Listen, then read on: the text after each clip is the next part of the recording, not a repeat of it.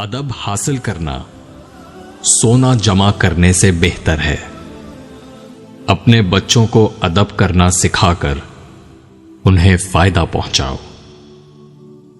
अपनों को हमेशा अपने होने का एहसास दिलाओ, वरना वक्त आपके अपनों को आपके बगैर जीना सिखा देगा। मोहब्बत और इबादत बताई नहीं जाती, बस की जाती है। जिंदगी के हर मोड़ पर सुलह करना सीखो, क्योंकि झुकता वही है जिसमें जान होती है।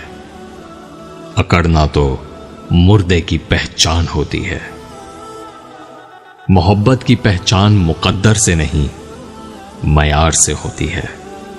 मोहब्बत थोड़ी मिले पर सच्ची मिले तो जिंदगी संवर जाती है।